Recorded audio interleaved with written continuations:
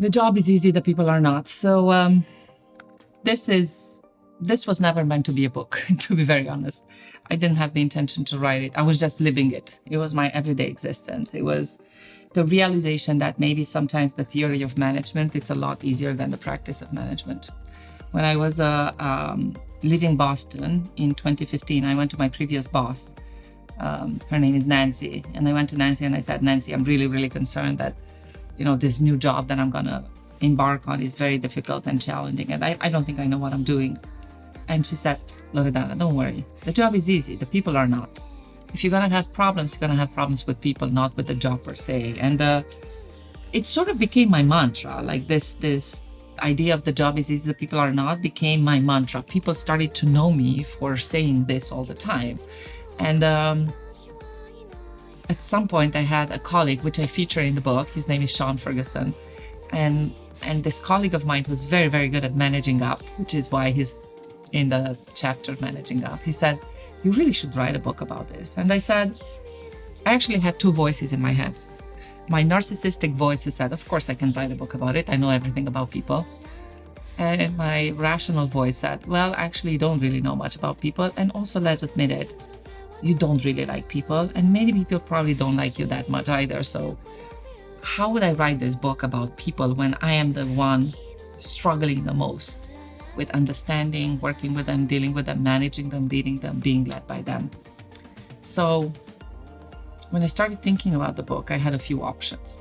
One was to write it, like I said, myself, from my perspective. That didn't seem to be convincing for myself, not for others.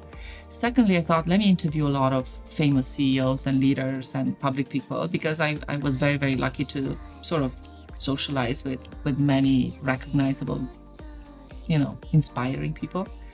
But then I thought, I don't work with these people every day. Like, my reality, my universe, similar to your universe, is that we work with our colleagues. We work with regular people like you and I. And these are the people that make the job hard or easy, or I make their life hard or easy, right?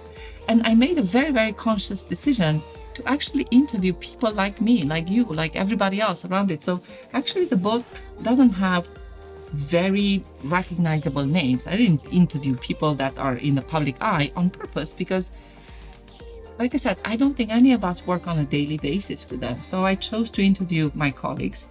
Every chapter is inspired and written with the help of a colleague of mine that I think specifically excelled in that skill. So Emotional Maturity was written in collaboration with Professor Roberto Fernandez from MIT Sloan.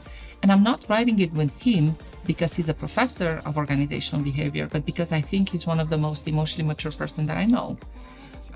The last chapter, Cognitive Readiness, was written in collaboration with another colleague from MIT, Professor Charles Fine, who's not an expert in cognitive readiness, but as a leader practiced cognitive readiness better than anybody I have seen. So, like I said, the book was never intended to be a book. I didn't write it from a perspective of me telling others how to do their job.